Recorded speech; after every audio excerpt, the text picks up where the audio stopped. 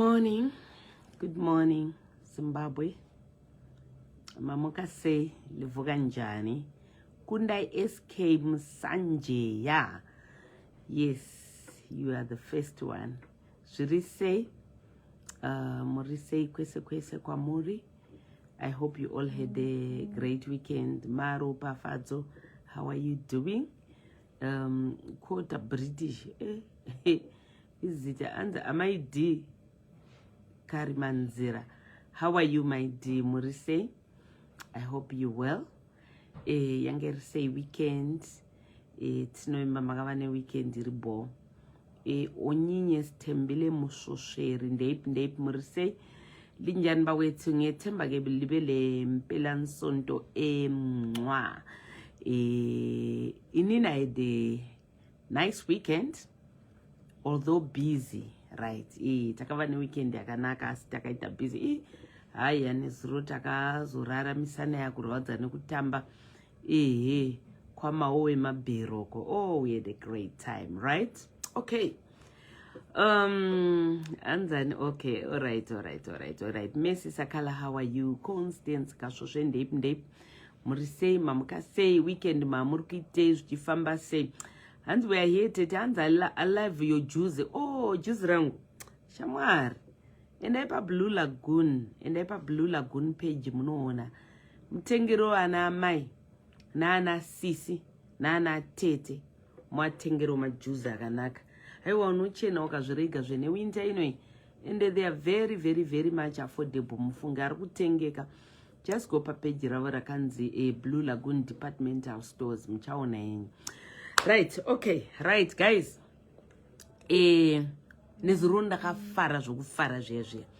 Tadzoka tine nyaya ya Kimberly na Vanessa. Anditika tine nyaya ya Kimberly na Vanessa. Remember the two girls, mumane 21, mumane 19. They were staying in Cape Town in South Africa with their parents, and the kids disappeared on the 27th of May.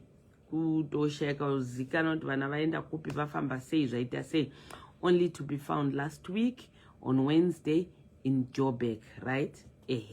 So all along we've been talking about Nyayavo, Chichini, then Dopavakazotor, whatever Purisa, when they were found, and they were put in the care of the social welfare in South Africa. So I'll catch up with L'Oreal. Remember L'Oreal ndiye akatanga kuti bata tiri live panapa. Akati no, the girls zamurutaura nezvadzo, I've been seeing them around. Mira ndinovatsvaga chichi ndopa vakazotsvagwa vakawanikwa nditika. So I'll catch up with L'Oreal. Akamboenda kanovaona on Friday. So hello. Hi L'Oreal. Hello, Tete. Ndate ma mukase. Mukase. No, ndiribo. Good morning. Kuri say. Ndiribo. I hope voice yangu iri kunyatsonzwika tiri kutanga ka flu. Aiwa riri kunzwika. Riri kunyatsonzwika. So, how was your weekend? Weekend was okay. Nesuro takaenda ku church, and like I had said here on Saturday, since akambotaura Saturday Maxine. Yes. Kuti ndichatry kuenda kunoona vana kushelter. I had organized nema social workers that last time we saw them. Yeah. Vakati Sunday will be okay.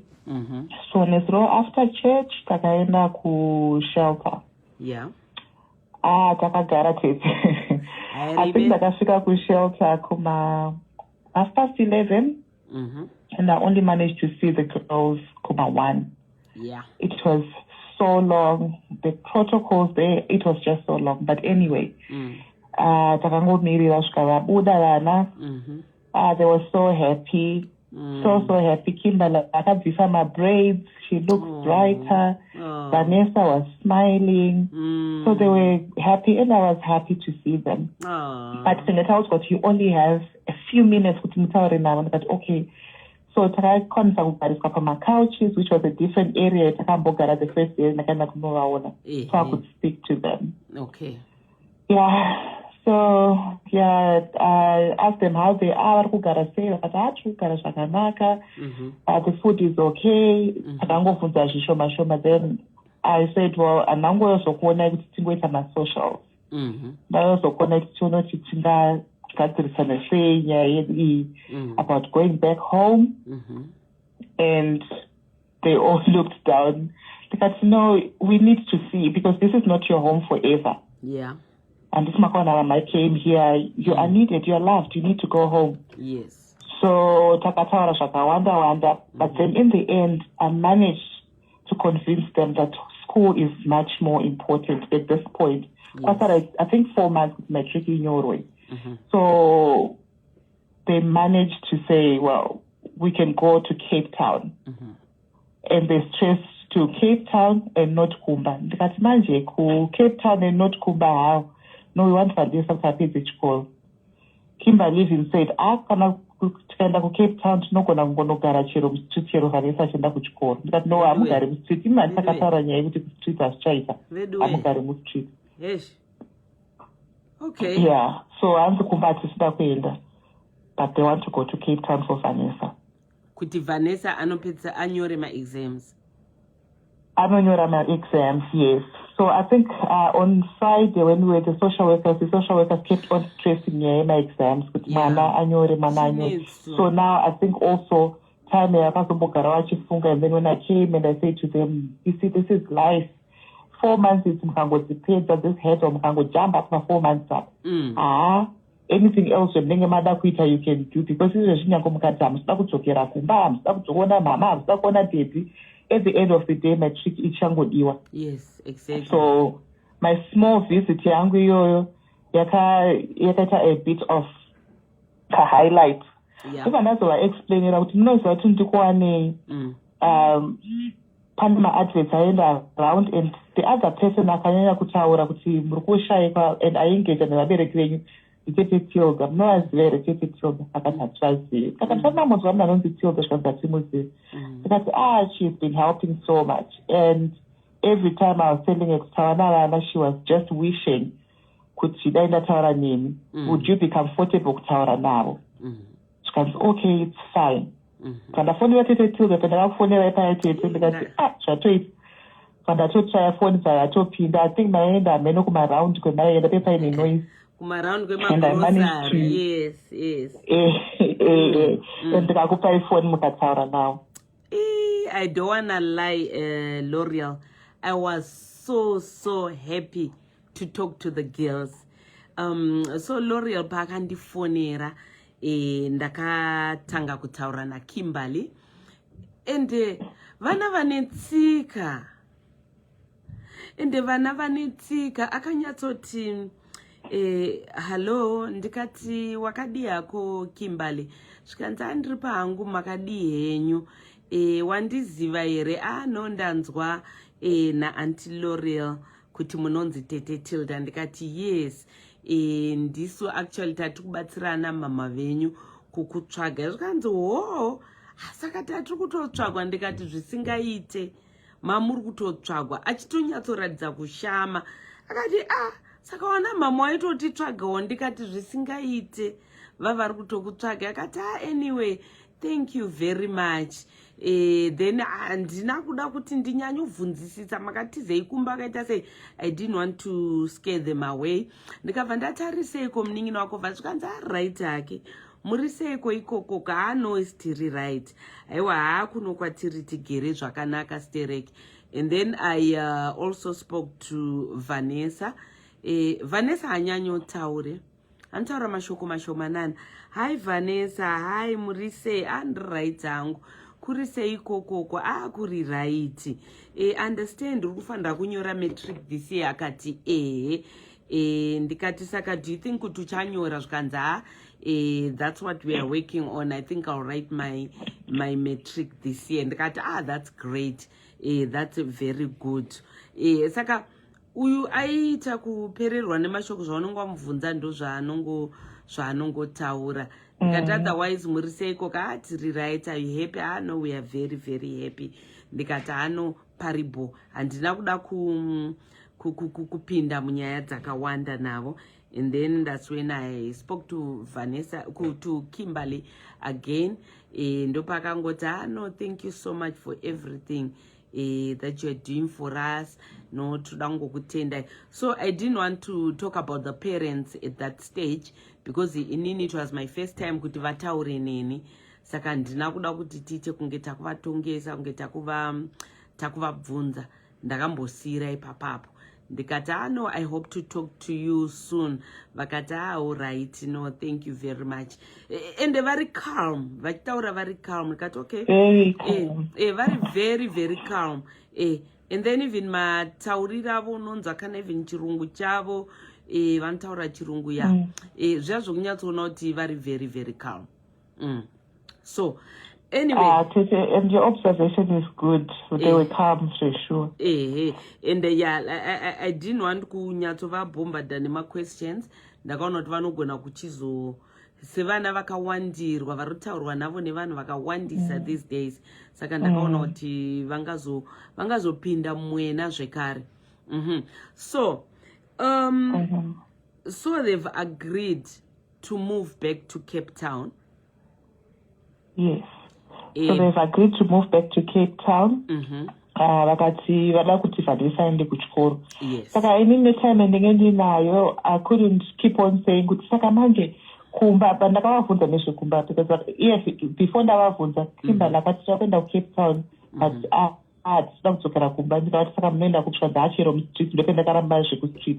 But then after that I didn't want to push more. Because munhu wanga inayo is the house mother, not the social worker. It was the weekend my social worker couldn't kusina. So it was the house mother. And anga chingondi reminder about time. So ndakangoti it's okay. Mangwana, your social workers would come and I'm sure they will speak to you. And when they speak to you, vachataura na mama and everyone else. So it's okay. At least times what decision yenyu kuti mafunga kuita say. But what made me happy is it's a step towards this family reuniting because I think at the end of it all, and whatever, there's still the big thing called family. And family is what's important. So, yes, I'm going to Cape Town, I was not going to Cuba, but Cape Town is a step forward. Help PSA through Dakwita, my social workers, they will help them. I think they are now on the right path because you could see, yes, we could hear that. But also that's the biggest question. Yeah, also No, I think tikango ita one step at a time. Izvozvo zvokuti at least vabvuma kudzoka ku Cape Town zvitori. Then taiko ku Cape Town vochizoramba vachitaurwa navo. Vachingotaurwa navo mbichana.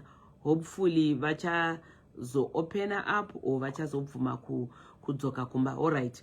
So, did you talk to the social workers about this new development? Yes.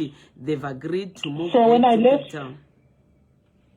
When I left the shelter, send the social worker a message with Ndashika, thank you very much for the opportunity to another but so Cape Town kumba.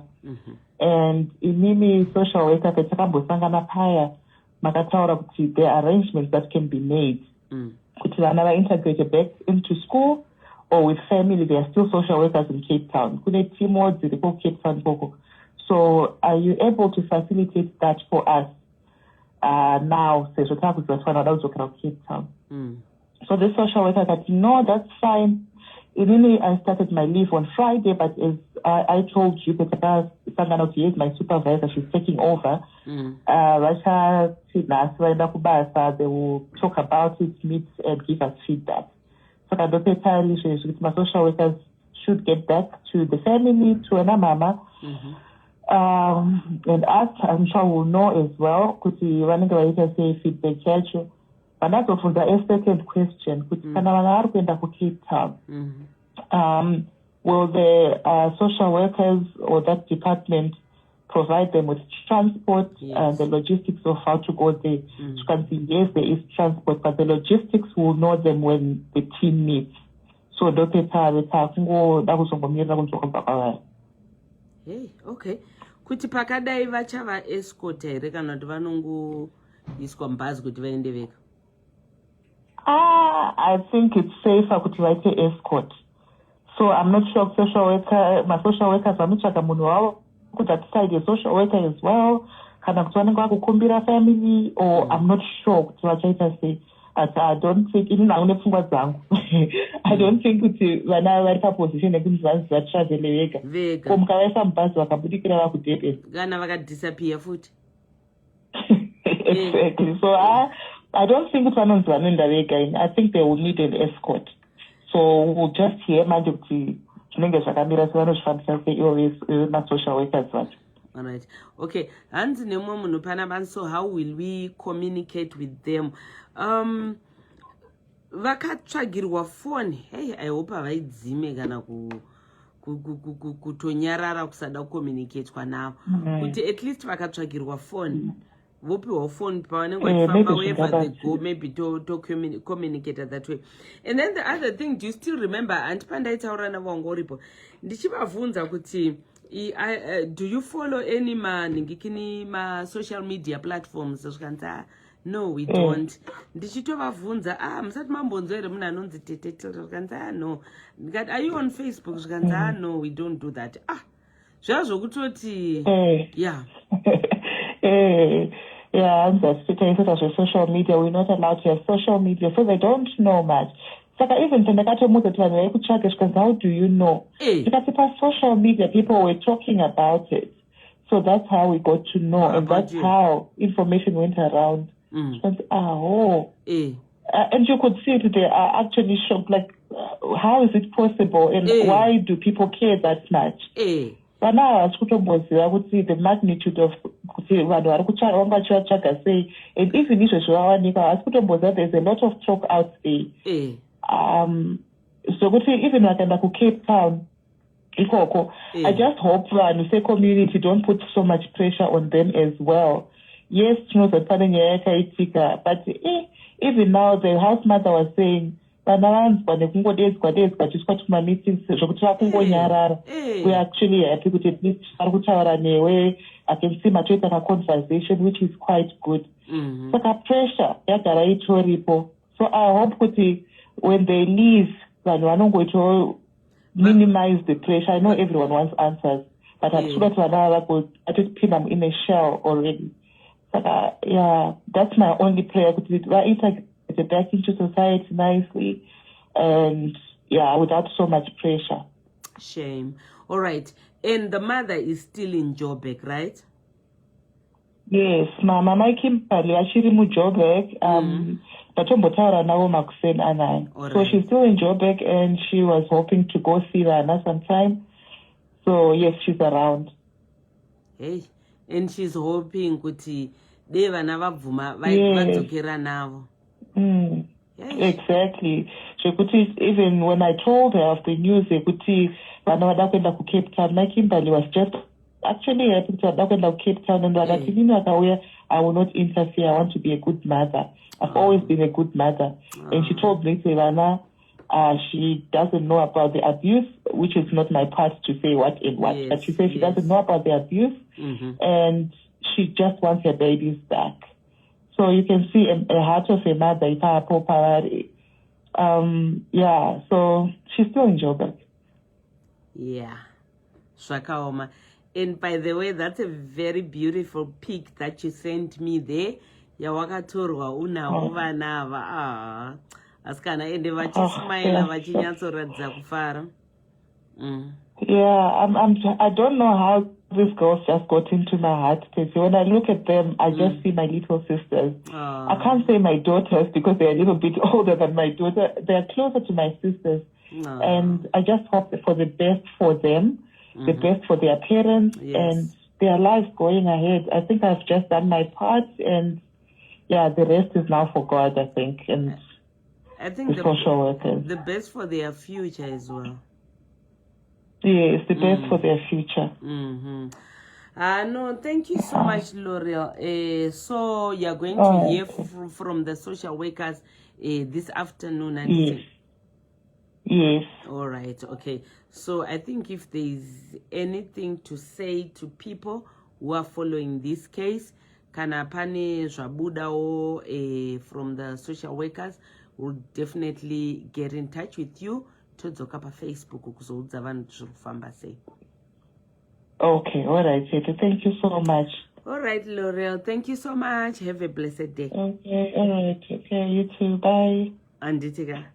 All right, it's okay. All right, guys, so this is it. Ndo nyaya yacho anditika. Regaiti wone kuti zvakamira sei anditi. Thank you so much, Zimbabwe. So far, this is the update that we have, anditika. This is the update that we have on vana ava. Saka imineni regaitizobatana later if there is anything to say. Right, I saw someone asking about nyaya ye mwana wedu Akim. Remember the baby boy ariku Kenya. I think very soon pane zviri kuitika kuseroko. Saka very soon I think tichange tane something chatinenge tichizokuudzai chiri positive anditika. Thank you so much and may God bless you. Mwari wakuitirei zvakanaka. Have a blessed day.